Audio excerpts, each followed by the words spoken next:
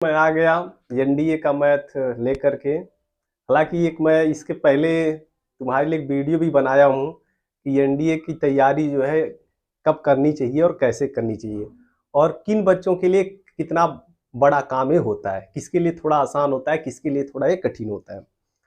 तो चलो बच्चों, इसमें ज़्यादा बातें अब करेंगे नहीं, और मेरे साथ लग जाइए स्लो मोशन में, बहुत ज़्यादा फास्ट भी नहीं, और एनडीए की तैयारी में लग जाइए। देखिए हम बताएं बच्चे तुमको, पहली बात तो अब हम ज़्यादा इसमें तुम्हें लेक्चर नहीं देंगे। एक हम लेक्चर अपने चैनल पे एक वीडियो अपलोड किए हैं कि एनडीए जो है उसकी तैयारी कैसे करनी चाहिए और उसमें क्या होता है। अब यहाँ पे मैं केवल पढ़ाने के बारे में बताऊंगा बच्चों कि एनडीए में तुमको पढ़ना क्या है। देखो, और जो भी पढ़ना मैं उसको पढ़ाऊंगा, ये भी नहीं बताऊंगा कि क्या पढ़ना है। देखो, मतलब कुल मिला जुला के यही कहूंगा कि कक्षा जो 12 और कक्षा 11 का पूरा सिलेबस, मतलब एक मान के चलो कि 9-10 का भी थोड़ा बहुत, मतलब नौ बिना 9-10 का जाने तो कक्षा 11-12 कोई जानेगा नहीं, पूरा सीख नहीं पाएगा। इसलिए तो एक ओवरव्यू में देखा जाए तो तुम 11-12 का सिलेबस मान लो, इसके मैथ में होता है और 300 नंबर का पेपर होता है। तो जिसमें आज मैं पढ़ाऊंगा तुमको समुच्चय। समुच्चय ऐसा है, देखो समुच्चय थोड़ा हम इसमें इंग्लिश टर्म भी लिखेंगे, उसका टेंशन मत लेना कोई। देखो जैसे सेट करते हैं इसको, तो पहले जानते हैं कि समुच्चय होता है क्या। देखिए इसमें थोड़ा परिभाषा के साथ, थोड़ा थ्योरी के साथ भी न्यूमेरिकल हम लोग करेंगे, तभी जाकर के अच्छी तैयारी होगी। देखो समुच्चय क्या है बच्चों, जैसे मैथ में ये मझला ब्रैकेट होता है, इसके अंदर हम लोग कुछ चीजें लिख देते हैं। जैसे मान लो मैंने लिख दिया ए ई आई ओ यू, तो ये हो गया बच्चों समुच्चय। समुच्चय मतलब ऐसा समूह, समुच्चय मतलब ये क्या होता है, समूह। समुच्चय मतलब क्या हुआ बच्चों, समूह, ग्रुप। समूह का मतलब है कि ऐसा समूह, संख्याओं का समूह या किसी भी चीज का समूह, अल्फाबेट का समूह, जो एक विशेष गुण, जिनके अंदर एक विशेष गुण होता है, जो एक ब्रैकेट में एक साथ लिखी गई है, तो आखिर क्यों इनको ही लिखा गया एक इनके पास एक विशेष गुण है। जैसे इनके पास क्या विशेष गुण है कि ये जितने भी अंग्रेजी का अल्फाबेट है सब क्या है, स्वर है, वावेल्स है, समझे। तो एक समुच्चय है बच्चों, ठीक ना। खैर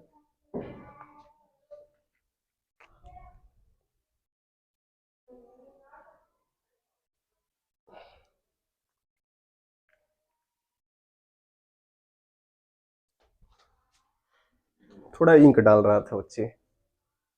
अब देखो तुम्हें बताऊं, जैसे मैंने ये लिख दिया समुच्चय। देखो समुच्चय जब हम लोग लिखते हैं तो समुच्चय, जैसे समुच्चय है तो इसको किसी अंग्रेजी के किसी बड़े लेटर से डिनोट कर देते हैं, जैसे बड़ा लेटर है, तो एक समुच्चय हो गया बच्चों। जैसे ये भी एक समुच्चय है, समझ लो 1 2 3 4 5 6, ये भी समुच्चय। हाँ, इसके अंदर सभी जो है एक करली ब्रैकेट के अंदर सभी प्राकृतिक संख्या है। अब प्राकृतिक संख्याएं कितनी होती थी पता ही नहीं, इसलिए डॉट डॉट लगा दिया गया, ठीक ना। लेकिन ये भी एक समुच्चय है, ठीक है, प्राकृतिक, प्राकृतिक संख्याओं का संख्या एक समूह है, ठीक ना। तो ये समझ लो कि तुम समुच्चय पढ़ना है। समुच्चय कुछ भी हम लिख करके, जैसे मान लो हमने कैपिटल सी लिख के अंदर कुछ लिख दिया, 5 3 8 2, तो ये भी कुछ ना एक समुच्चय है। बस इतना तुम जानो समुच्चय के बारे में कि भाई करली ब्रैकेट के अंदर कैपिटल लेटर के किसी भी अक्षर से शुरू करके ए बी सी डी कुछ पी क्यू आर किसी से शुरू करके करली ब्रैकेट के अंदर कुछ भी लिख दिया, कोई अंक लिख दिया, ए बी सी डी कुछ भी लिख दिया, तो एक समुच्चय है बच्चों, ठीक है ना। तो समुच्चय के बारे में इतना समझना। हाँ, अगर कोई समुच्चय की परिभाषा के बारे में अगर समझना है तो यही जानो कि जो है ऐसा समूह जिसके अंदर आने वाले सभी अवयव, जैसे अवयव होते हैं, ठीक ना, वो किसी एक विशेष गुण में समान होते हैं, जिनके अंदर कोई एक विशेष गुण होता है, ठीक है ना। तो इस तरीके से अब देखो समुच्चय को डिनोट करने के लिए दो विधि बताई गई है। समुच्चय का निरूपण उसको कहते हैं।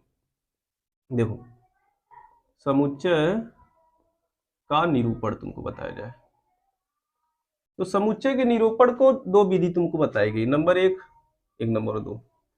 एक है रोस्टर, या इसी को कहते हैं रोस्टर मेथड, या इसी को कहते हैं या सूची विधि, सूची विधि। और एक होता है समुच्चय निर्माण विधि, समुच्चय निर्माण विधि, या इसी को बच्चों गुण विधि भी कहते हैं, या इसी को गुण विधि भी कहते हैं।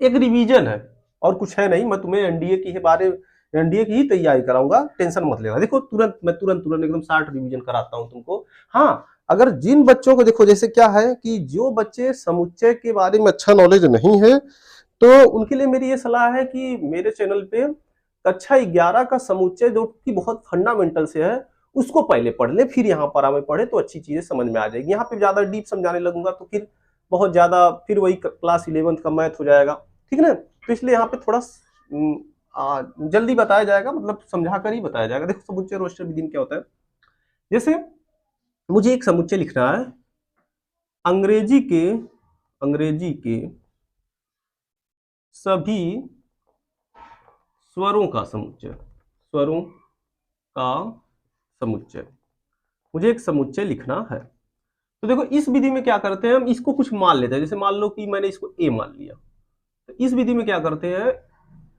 अब अंग्रेजी के सभी स्वरों को लिख देते हैं, जैसे ए ई आई ओ यू। सूची विधि में जितने भी अवयव होते हैं सबको लिख दिया जाता है कर्ली ब्रैकेट में।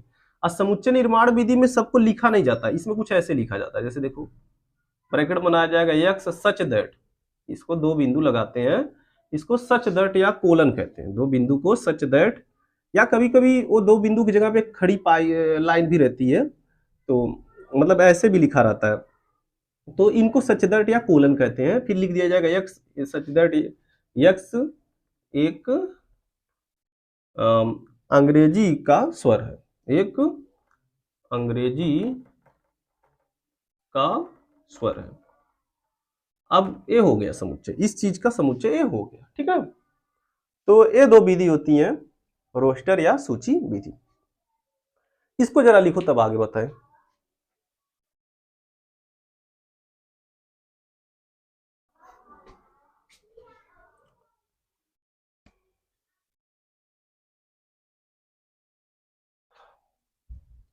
जैसे और भी देखो बात बताएं, ये दो बातें थोड़ा सा पढ़ा जाए, रोस्टर और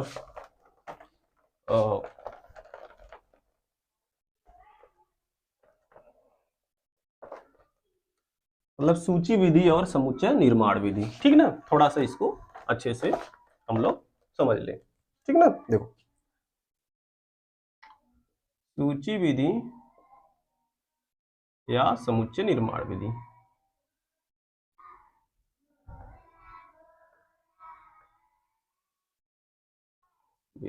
ठीक। देखो समझो सूची विधि और समुच्चय, जैसे अभी देखो क्या है, मैं एक समुच्चय लिखता हूं, मैं कहता हूं ऐसे एक समुच्चय, देखो ऐसे लिख दिया गया,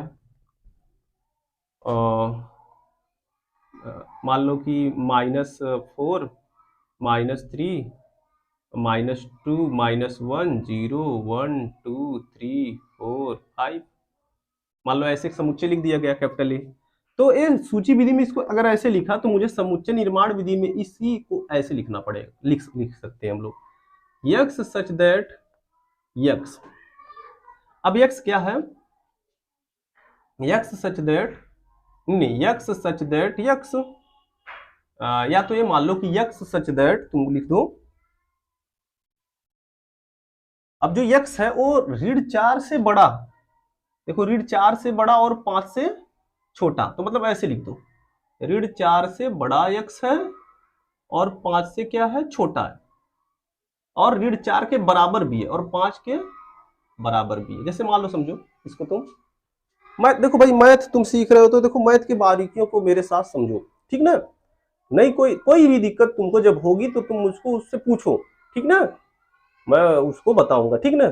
लेकिन हाँ मैं देखो काफी कोशिश कर रहा हूँ कि तुमको सारी बातें एकदम बारीकी से नेचुरल समझ में आए, ठीक ना, ये नहीं कि दूर वाला काम हो, समझे। देखो कैसे बताऊं तुमको मैं, जैसे इसका मतलब है कि जो यक्स है वो ऋण 4 के बराबर और ऋण 4 से बड़ा और 5 से छोटा या 5 के बराबर सभी संख्याएं, ऐसे लिख देना। जैसे इसको कोई चाहे तो ऐसे भी लिख सकता था, जैसे यक्स कोलन ऋण 6 नहीं ऋण 5 greater than x6 lesser than, तब भी वही बात होती, मतलब कि ऋण 5 से, हाँ तब लेकिन एक बात बताना पड़ता बच्चों, तब यहां बताना पड़ता है कि x एक पूर्णांक है ना।